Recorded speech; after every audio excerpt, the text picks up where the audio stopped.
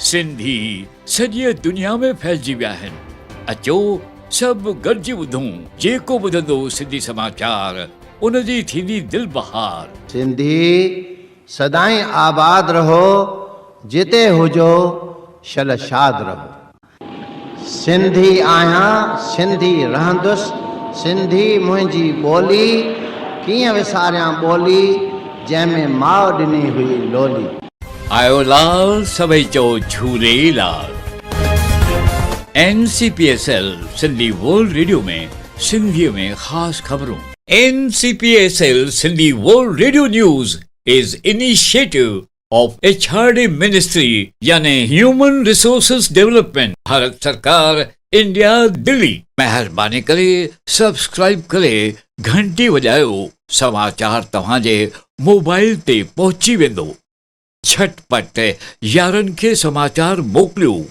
सिंधी ॿुधो बि ऐं पढ़ो बि। सिंधी जल्दी दुनिया भर में सिखी वेंदा। सच्चा सिंधी थी वेंदा, सचो शान ऐं मान वधी वेंदो। पेश आहे अॼु जो समाचार। तव्हां ॾिसी रहिया आहियो Ncpsl सिंधी वर्ल्ड रेडियो ते सिंधी समाचार।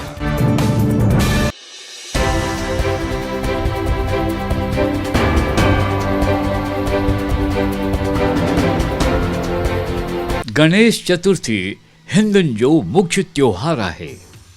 भारत में सभु मल्हाईंदा आहिनि, पर महाराष्ट्र धूमधाम सां इहो ई ॾींहुं मल्हाईंदा आहिनि।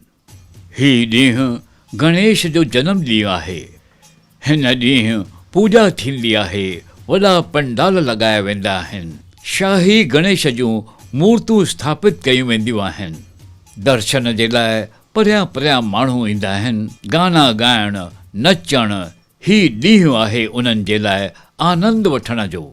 पोइ 9 ॾींहंनि खां पोइ वॾे भरियल हाव सां जल में हिन जो निर्वाह कयो वेंदो आहे। कथा शिव पुराण में कहाणी आहे त हिकु ॾींहुं माता पार्वती सनानु करण खां अॻु पंहिंजे शरीर जे मिटीअ सां पंहिंजो हिकु ॿारु पैदा करे पंहिंजो नौकर रक्षक करे रखियो, जीअं कोई बि अंदरि न अचे।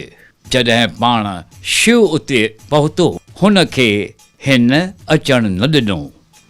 पाण में लड़ाई लॻी। शिव ऐं शिवगण कंहिं बि न खटियो। भॻवान शंकर खे क्रोध अची वियो। पाण त्रिशूल खयो ऐं हुन जो सिर कटे छॾियो। इहो सॼो ॾिसी पार्वती नाराज़ थी, क्रोध आयुसि। हुन खे शांति करण जो फ़ैसिलो थियो। चयो वियो त जेको सुबुह जो हितां कोई प्राणी ईंदो त उन जो सिर कटे हिन ॿार जे मथां लॻो वेंदो ऐं हुन खे जीवित कयो वेंदो। उन ॾींहुं हिकिड़ो हाथी आयो, सो बि नंढो। उन जो सिर कटे ॿार जे मथां रखियो वियो ऐं उन खे जीवित कयो वियो।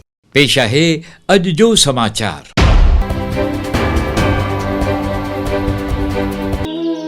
चालीहो सिंधी समाज जे अनुसार भॻवान झूलेलाल जो अवतार सिंधी धर्म जे लाइ थियो आहे। 10वीं सदीअ में मिर्क हमिलो कयो हो। धर्म मटण लाइ ॾाढो कहर कयो हो।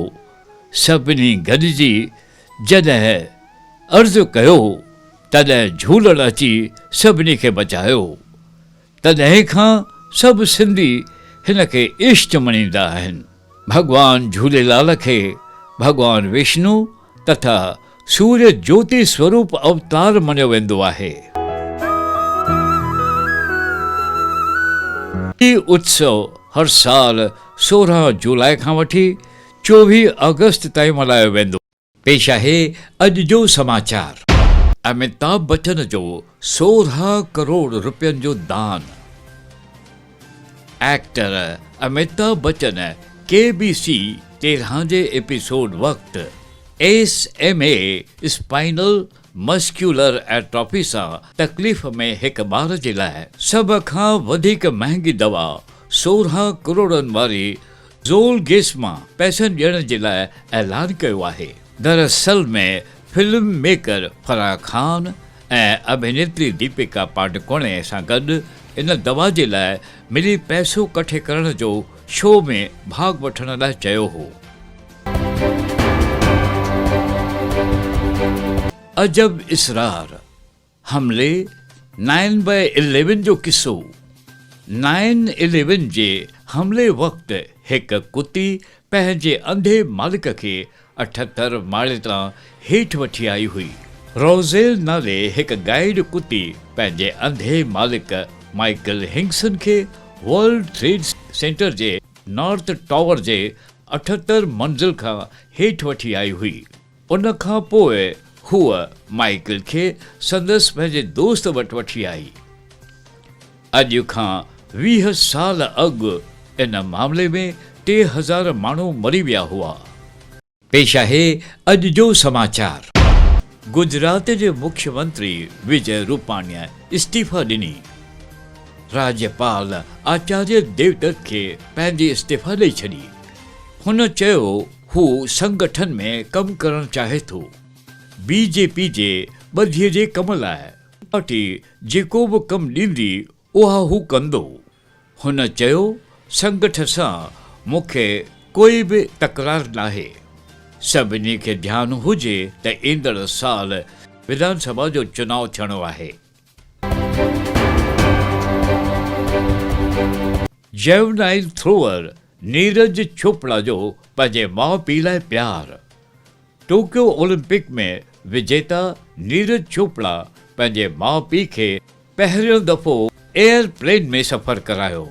नीरज चोपड़ा इंस्टाग्राम में ॿुधायो हुन पंहिंजे माता पिता खे पहिरियों दफ़ो प्लेन में सफ़र करायो आहे। हुन शेयर कयो त ज़िंदगीअ जो सपनो पूरो कयो ऐं उन सां गॾु हिकु यूज़र चयो नीरज चोपड़ा तव्हां ॿिन्ही हुननि जो शान वधायो। पेश आहे अॼु जो समाचार। मुंबईअ जो मज़ो वड़ा पाव। ब्रिटिश जे हिकु वॾे ऑफिसर मुंबईअ में वड़े पाव जो आनंद वरितो। एलेक्स एलियस ट्विटर में तस्वीर शेयर कई जंहिंमें हू वड़ो पाव खाई रहियो आहे। हुन लिखियो त मुंबईअ में वड़ा पाव खाइण जो हमेशह वक़्तु हूंदो आहे।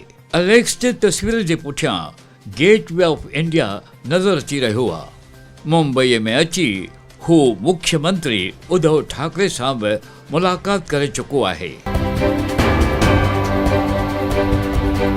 8 दर्जे पढ़ियल डॉक्टर हिकु ठग। 8 दर्जो पढ़ियल डॉक्टर थी क्लिनिक जे आरोप में ओडिशा में ज़ब्त थी वियो। हुन जी उमिरि हींअर 45 साल आहे। पुलिस 1 लख खां वधीक दवाऊं ऐं मेडिकल सामान जी ज़ब्ती कई आहे। समाचार पूरो थियो। नमस्ते। सिंधी सदाईं आबाद रहो, जिते हुजो शलशाद रहो। सिंधी आहियां, सिंधी रहंदुसि, सिंधी मुंहिंजी ॿोली, कीअं विसारियां ॿोली जंहिंमें माउ ॾिनी हुई लोली।